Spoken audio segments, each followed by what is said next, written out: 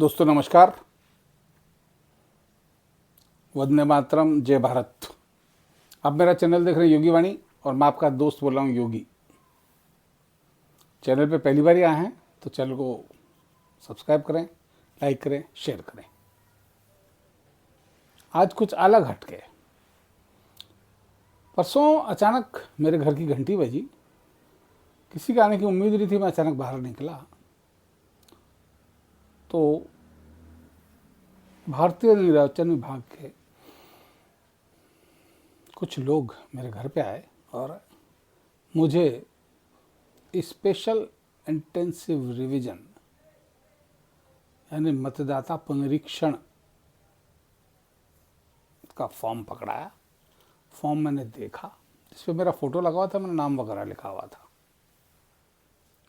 मैंने उनसे पूछा कि और बाकी जानकारी कि आप इसे ढंग से देख लीजिए और इसे भर लीजिए।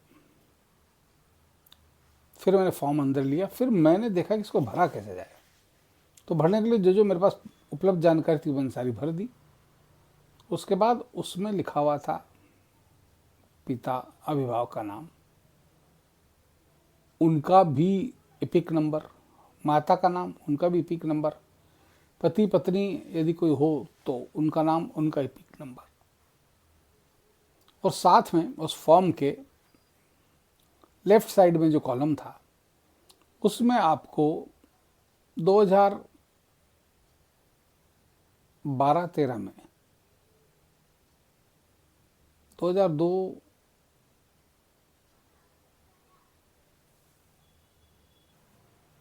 यानी 2002 में वोटर लिस्ट में आपका नाम कहाँ था उसकी जानकारी मांगी गई थी।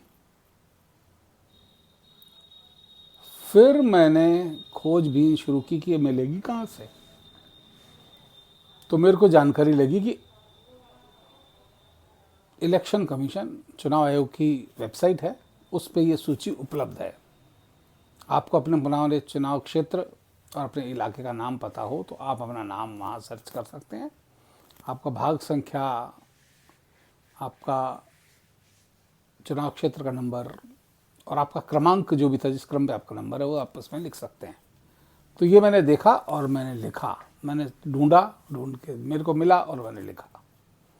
तब मेरे मन में एक सवाल आया कि अगर 2002 की SIR की लिस्ट से आपका मिलान किया जा रहा है तो कहाँ गुंजाइश बचती है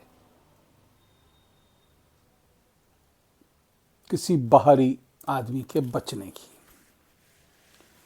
सघन पुनरीक्षण हो रहा है, इसका नाम भी इन्होंने यही रखा है, special intensive revision of electoral roll, यानी मतदाता सूची का सघन पुनरीक्षण। और इस सघन पुनरीक्षण के फॉर्म को देख के मेरे को बड़ा आश्चर्य हुआ कि इतनी सख्त तरीके से चुनाव आयोग इसमें लगा हुआ है और 12 राज्यों में लगातार चल रही है, जिसमें बंगाल भी इंक्लूड है, पश्चिमी बंगाल, जहां अत्यधिक डेमोग्राफी चेंज के तहत बांग्लादेशी और रोहिंग्या पाए गए हैं। और ममता बनर्जी का शासन उसी भरोसे चल रहा है। तो इस सूची को देख के मेरे को यह आश्चर्य हुआ कि अब मुमकिन नहीं है, अब किसी हाल में मुमकिन नहीं है कि वहां कोई बचे।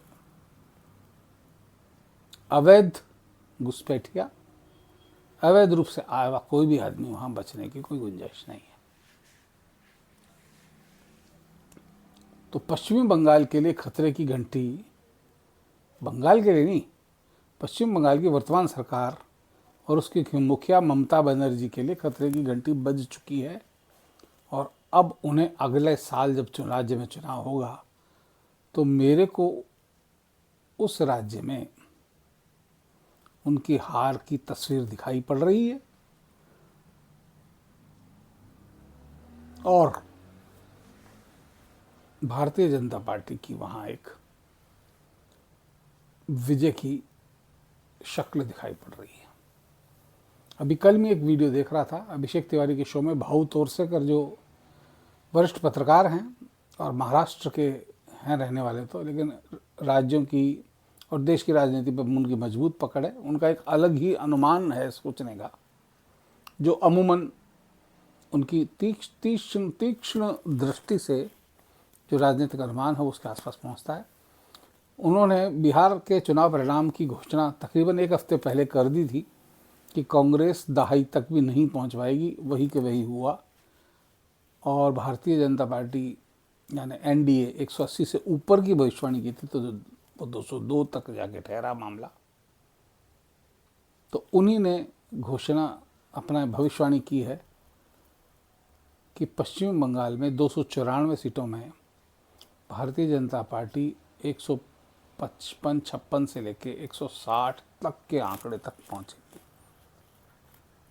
बहुत कंफर्टेबल सरकार तो नहीं होगी लेकिन सरकार बन जाएगी।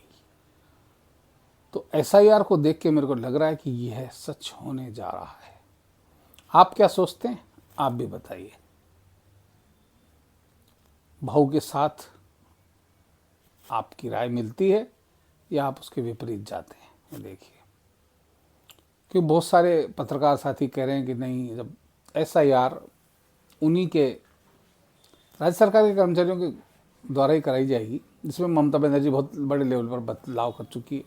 150 से ज़्यादा अधिकारियों का चुनाव में जो लगे थे उनका उन्होंने स्थानांतरण किया। बावजूद इसके जब 2002 की एसआईआर से मिलान होगा तो कौन कैसे बच पाएगा? थोड़ा मुश्किल काम है।